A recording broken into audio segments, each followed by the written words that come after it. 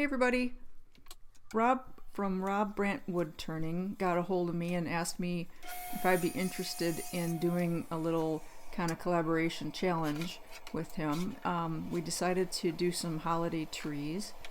This is a piece of spalted beech that I've had in the little turkey roaster for several days now at 200, 220, trying to bake the moisture out of it.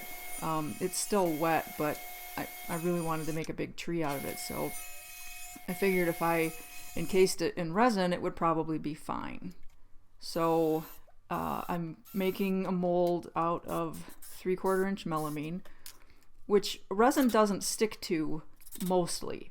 If you're going to use melamine for any kind of molds for resin, get some mold release like Stoner. I actually have a can of it. I just forgot to spray it before I put the whole thing together, and it was kind of a nightmare. I spent probably an hour trying to get the blank out of the mold. So don't be like me, get some Stoner, and remember to spray your mold if you're going to use melamine, or you'll have a nightmare. That's just silicone caulk, like, kitchen bathroom caulk, to seal all of the edges. And then the Tyvek tape I just wrapped on the bottom piece because I didn't have another piece of melamine that was going to be big enough for what I needed to do.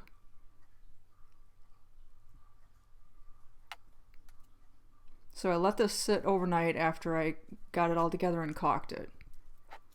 And I did the outside edges just because I didn't want to have this thing leak into my new used pressure pot, which you guys are going to see here in a minute. The 2.5 gallon Harbor Freight pressure pot looks like a toy compared to my new one.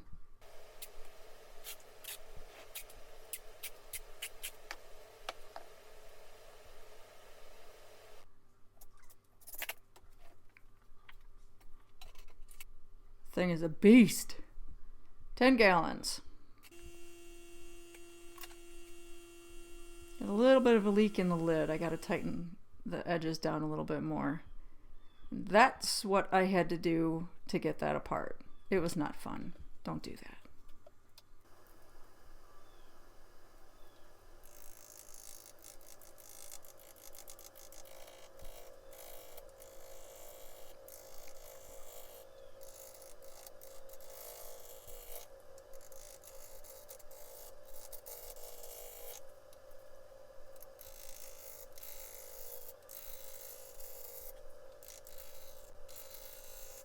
It's a pretty big blank. It took me a while to get it round.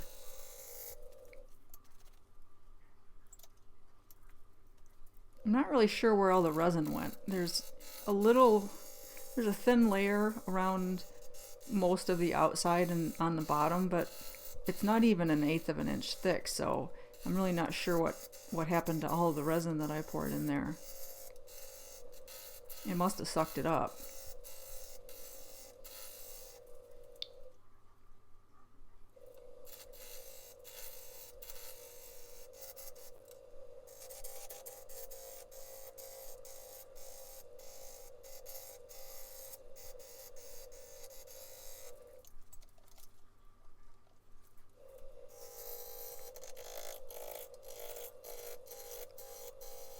Not sure if you guys can hear it or not, but there was something going on with my tail center.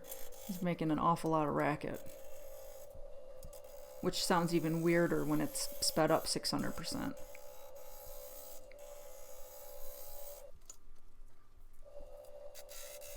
So I'm gonna get tired of trying to do this with the rough and gouge and just try to get through the resin with my carbide tools. This is just a regular carbide rougher, and you can't really hear it, but you can kind of see it. It's just shattering. I had little pieces of resin all over the shop. It was horrible, and you'll see the finish that it leaves.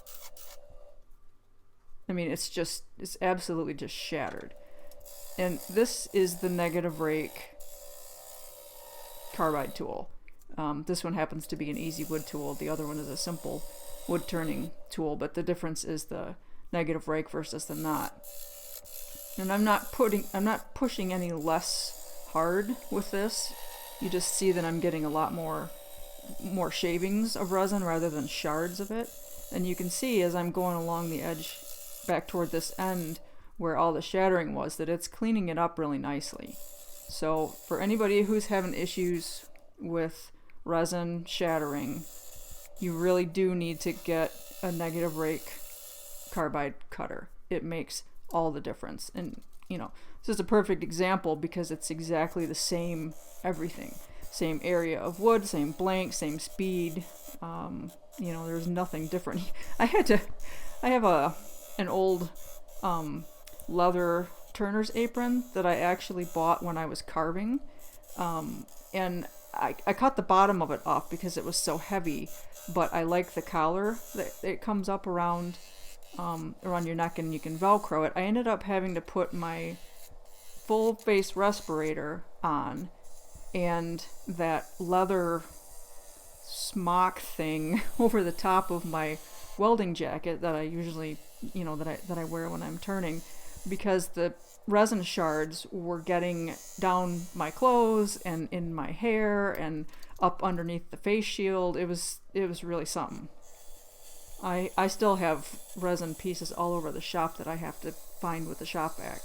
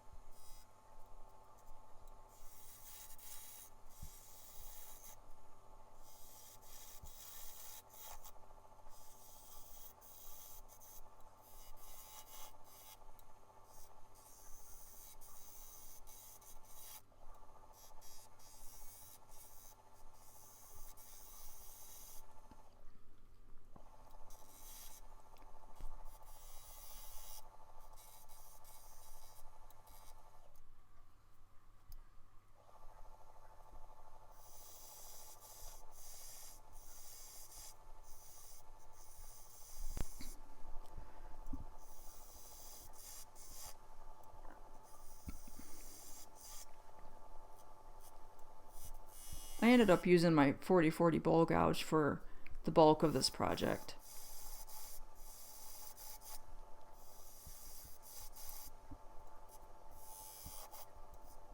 For some reason I liked the way that it was working better than my spindle gouges, which are also, they also have a 40-degree bevel angle. I just felt like I could get into the cracks a little bit better with this. I also will be using, it's actually a Craftsman old spindle set that I had as kind of a starter set, and I put one of the smallest spindle gouges from that set into the Wolverine grinding jig and made like a super duper crazy Cindy Drozda vortex tool on steroids. But it works really well for doing things like getting under the edges of the trees here.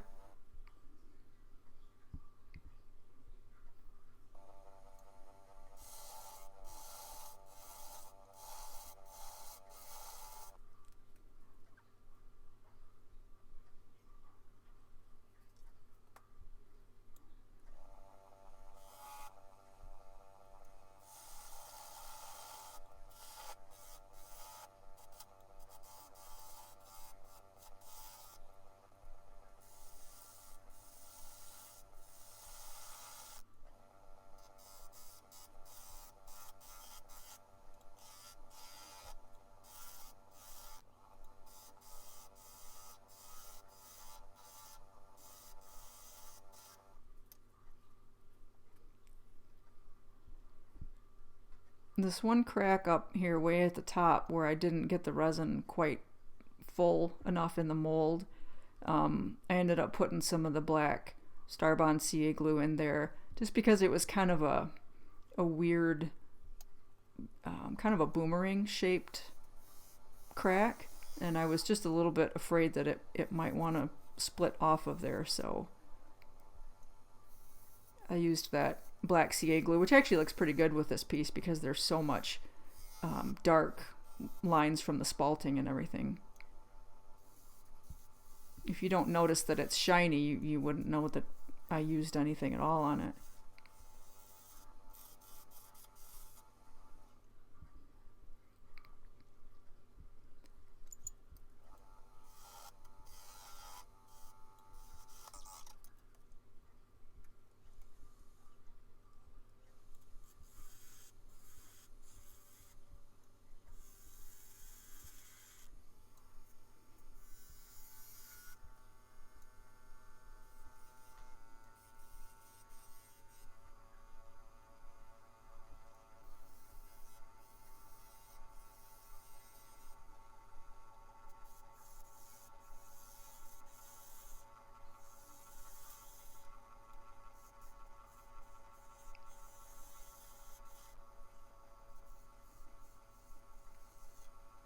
Before I started turning and I was just watching it, I was always kind of amazed at the amount of material that you would start with and what you would end up with, and now that I'm doing it myself, I get it completely. You end up with a toothpick sometimes if you don't just stop trying to get it perfect, which is not my strong suit. I'm working on it though. I figure I'm just getting lots of extra practice every project if I just go over it and over it and over it again.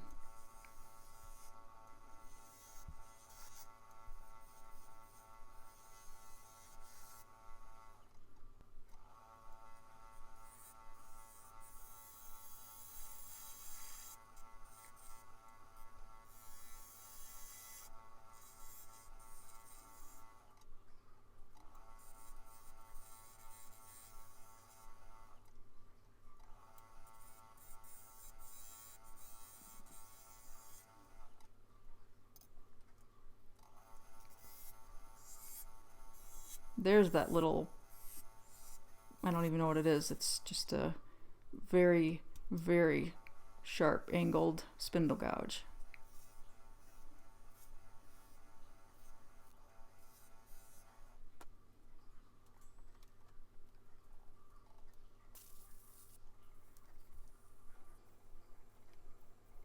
Some of the spots were just a little bit soft, so I decided to put a coat of shellac on it and then go back and make the final adjustments on the shape.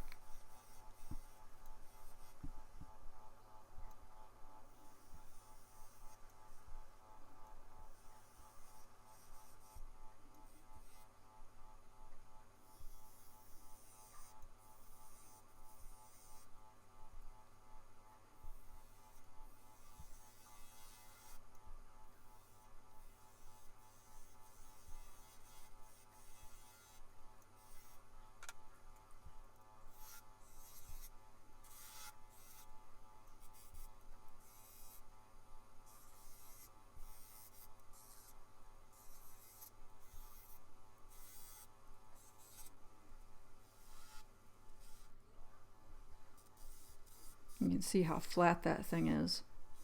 It's got a really long bevel ground on it.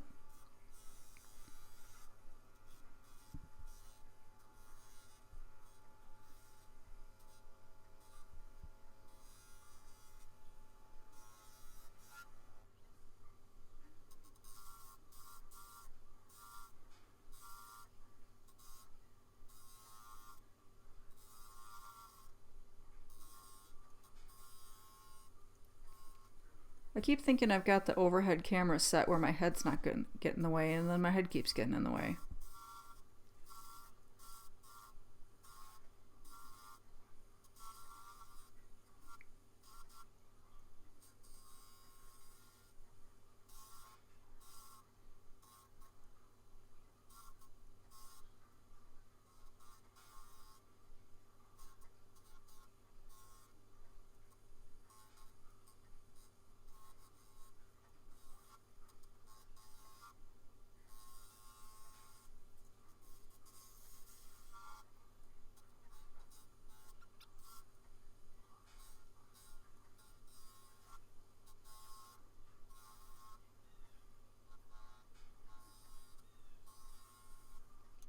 Making circles is hard.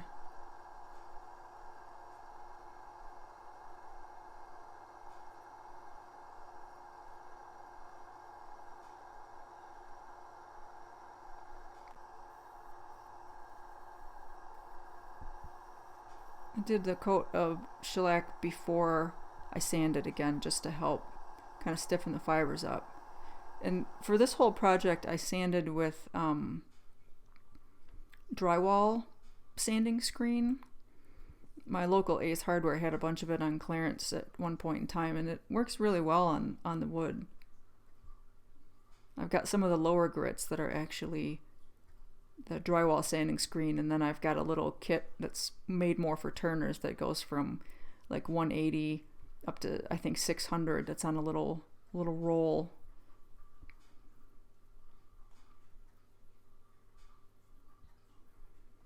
I didn't really know what kind of finish I wanted to put on it, so I decided just to go ahead and use the Axe abrasive paste and then the polishing paste afterwards. And I didn't get this one as shiny as some of the other things that I've used the Axe on. I like the way that it came out. It's just a little bit more matte finish,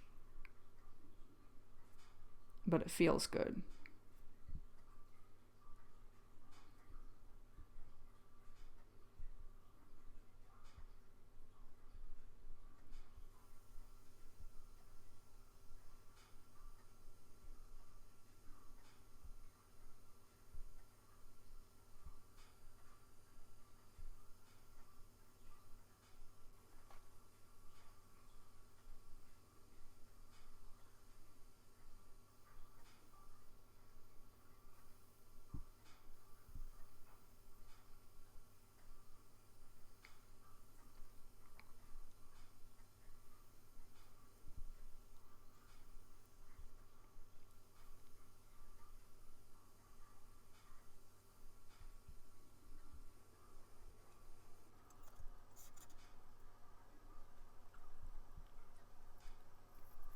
I used a faceplate to mount this with, so I could only go in with the parting tool a little ways before I was going to hit the screws that stuck down into the beech blank just a little bit.